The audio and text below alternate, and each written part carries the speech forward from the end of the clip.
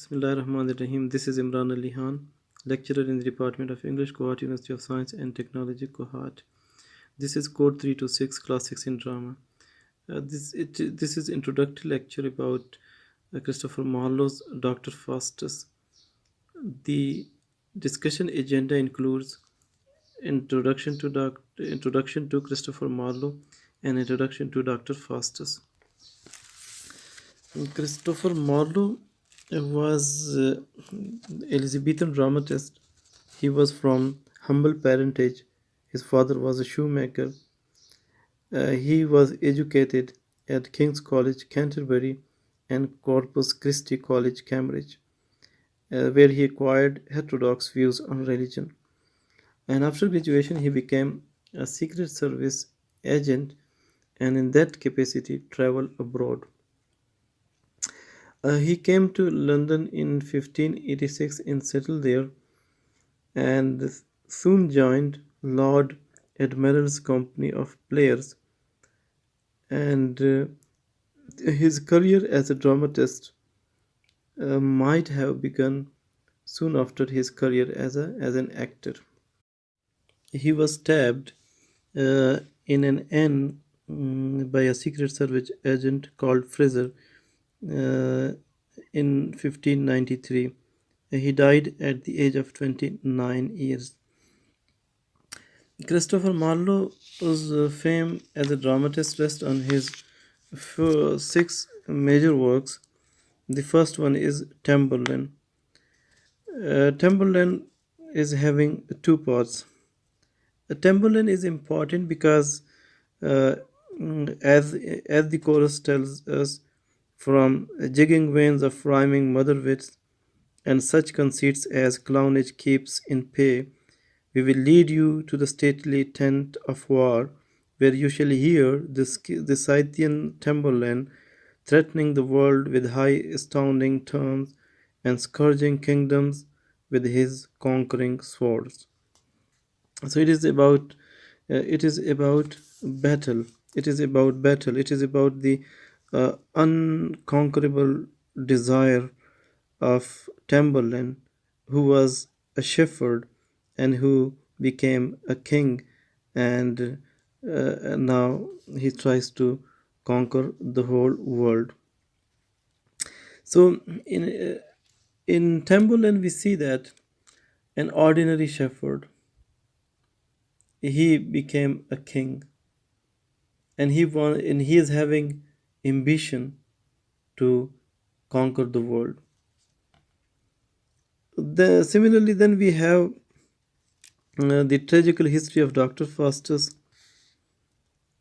Uh, Dr. Faustus is a play full of fertile poetry and fearless imagination. Faustus is a man who sell his soul to the devil for living 24 years of life full of pleasures and luxuries. Then we have Edward II. Edward II. Edward II is an undisputed masterpiece of Marlowe in which he touches his highest point of excellence. It is a historical and political play anticipating Richard II. And there is here none of the beauty and pathos of earlier plays, and none of their splendor and poetry. But it is important from artistic point of view. The Edward II is an artistic play that moves us by its very simplicity and humanity. Then we have Jew of Malta. This is, in its own day, it proved to be the most popular of Marlowe's plays. Barabbas, the Mediterranean moneylender with his voracious dream of wealth, foreshadows Shakespeare's Shylock. Dedicated to the spirit of Machiavelli, the play opens a new phase in Marlowe's work. It is a picture of the Elizabethan world of policy in which men were unscrupulous, bold, and cruel in power, and sometimes heroic in defeat. Jew of Malta is, however, stronger and more better than its two illustrious predecessors, that is, Dr. Faustus and Tamburlaine. Then we have the massacre of Paris. Uh, there are some brave, beautiful phrases, emotional and passionate lines, but the material is weakly managed, and the characterization is not vivid as compared to Marlowe's other plays. Then we have Dido, Queen of Carthage. For this, Marlowe borrowed material from Virgil's Aeneid and was left unfinished. It was Nash who completed and arranged it for the stage. The play differs from all its predecessors in that it does not paint or portray any lust. Uh, Carthaginian Queen is treated poetically and dramatically. This is the only play of Marlowe which has love as its theme and women as its central figure. Uh, Dido has silver arms and tears of pearl. Every common soldier wears rich embroidered coats and have silver whistles to control the winds. It is thus that Marlowe reveals his passion for describing the beautiful, his delight in luxuriant outward and visible loveliness. Marlowe's period of dramatic activity comprises of 6 brief years, that is 1587 to 1593. He is considered as the great dramatist because during this short span of 6 years he produced important works and established himself as a dramatist. His significance in some circle equals him to that of William Shakespeare, because Shakespeare, in his life, that is, he was born in 1564 and died in 1616, so he produced 37 plays. While Marlowe, in his brief dramatic period, produced 6 important plays. Now let's come towards the recurring themes, the themes that recur across Marlowe's important plays. For example, if you look at Tamburlaine, Tamburlaine is having uh, un ambitions, uncontrollable ambitions. He is arrogant, he is powerful, though he is lame. And then we have Dr. Faustus. Dr. Faustus is abusing power of knowledge, as Tamburlaine abused power of throne.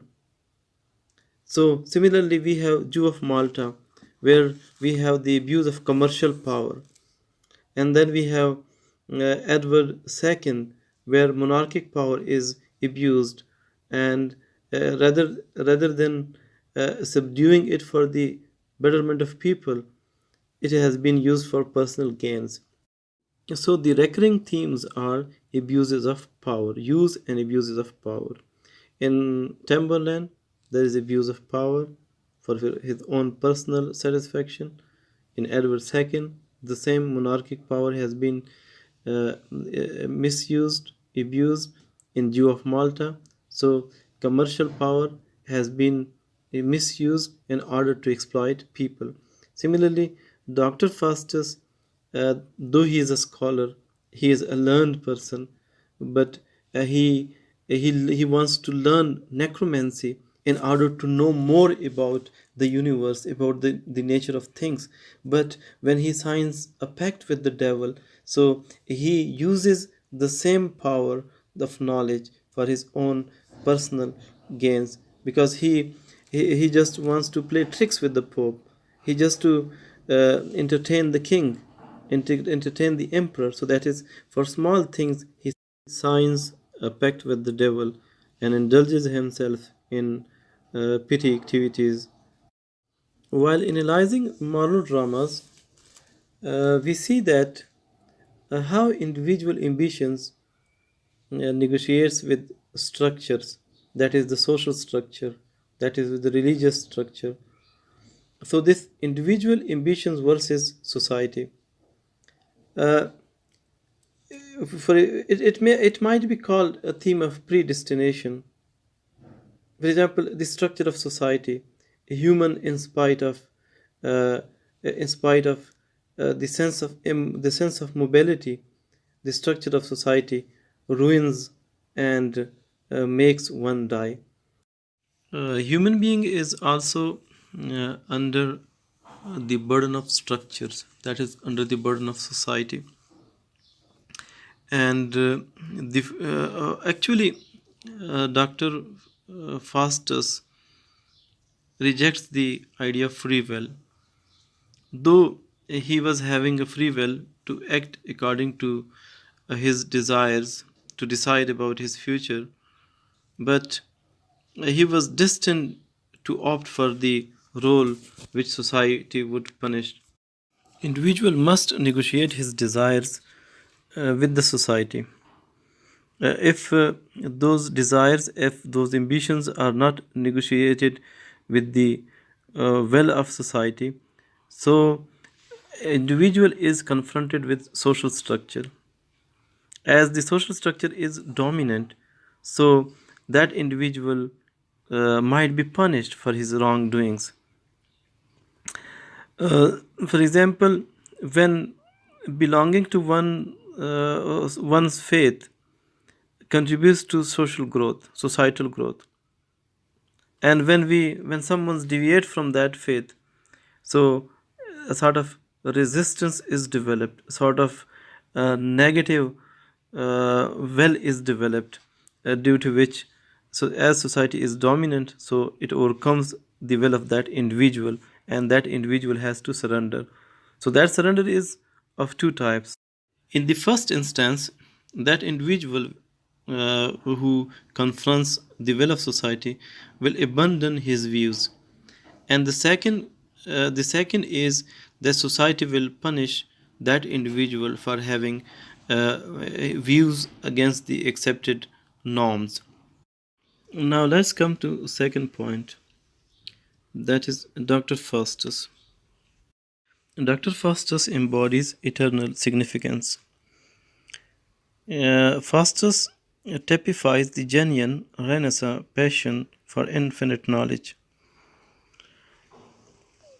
Before the drama opens, we know from the chorus that Faustus was born in a town in Germany in his parents' were base of stock.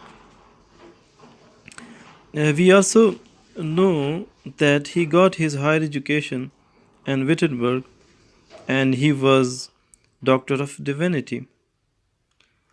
The chorus also tells us that he had become puffed up with pride for having vast knowledge and scholarship. He was dissatisfied with his present position because he has learned physics, philosophy, law, divinity, and all these branches of knowledge were absolutely inadequate for his purpose. That is, he wanted to have more knowledge, and that resulted in his fall, just like Icarus, who tried to fly with waxen wings beyond his reach, and he was fallen and he was destroyed. He's having an ambitious he's having an ambition to have more knowledge, to have more things at his command. Because that is why he says, "Yet art thou still but fastest and a man." When he thinks about the divine knowledge, he says, "Divinity adieu." He considers magic as something good, which this because this is the only branch of knowledge which fascinates him. Why? Because this branch of knowledge will give him power, through which he will be able to dominate others.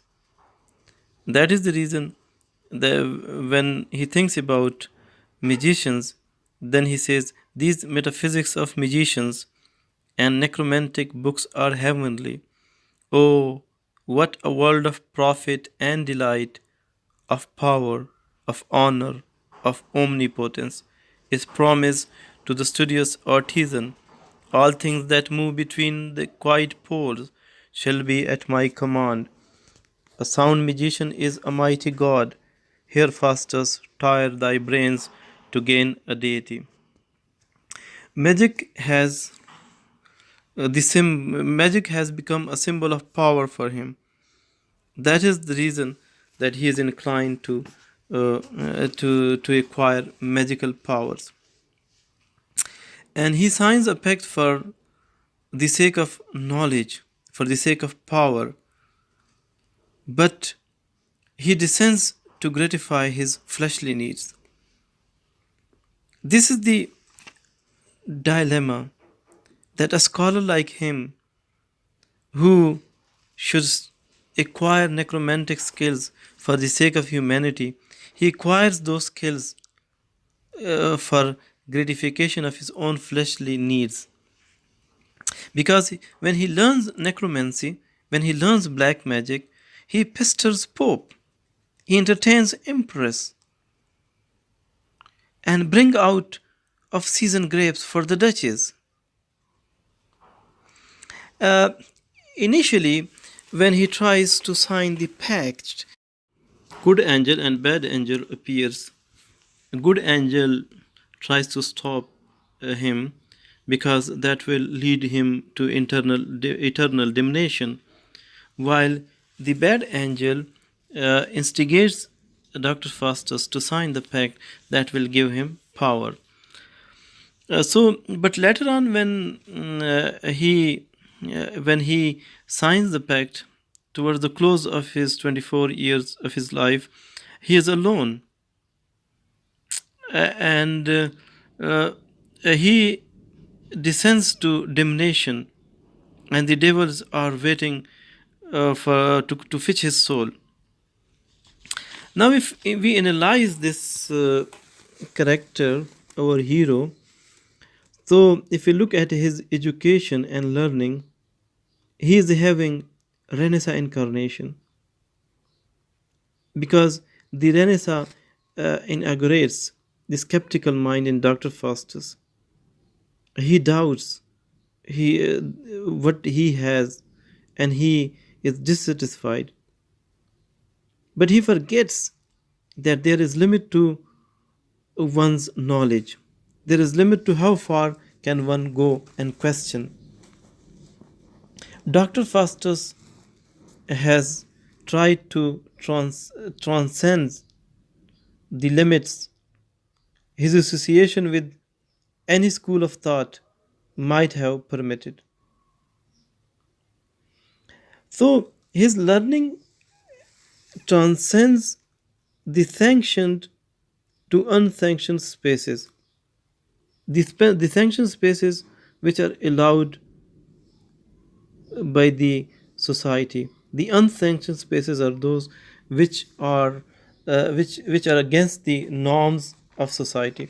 So when he tried to move towards those unsanctioned spaces, so the society in the shape of Mephistopheles came to take him to eternal damnation.